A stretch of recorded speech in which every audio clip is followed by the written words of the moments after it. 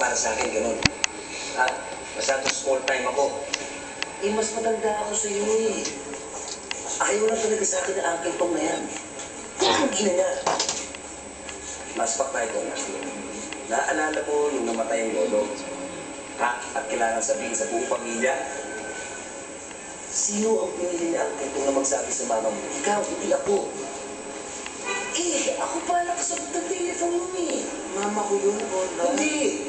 Wala na talaga sa tiwala sa akin. Ayaw lang na talaga sa akin.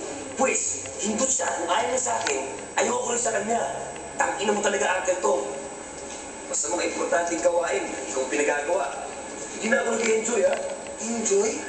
Sa tingin mo nag-i-enjoy ako? O yan, sige. Ito, sa'yo na. Sure, ako na. Ako gagawa na ito. Sira talaga ulo mo. Ha? Sa akin nga pinagbilang ko ni Ate ko. Eh, ilanap mo sa akin eh. Simple tanong na yun, Conrad. Rhetorical question. Anong rhetorical question? Mga tanong na hindi mo na kailangan sagutin. Eh, bakit mo tinatanong? Diyan naman, Conrad. Sorry. Tumingin ka naman dyan. Importante ito pinapagawa sa akin ni Ate Tom. Hindi ito kwan, Conrad. Kwento. Hindi ito iisa ng sulit na sera mo. Ha? Kwento. Kwan, ano? Parang yung sinabi ni Agent Smith sa Matrix, ha? Never said that you were to do when she was young.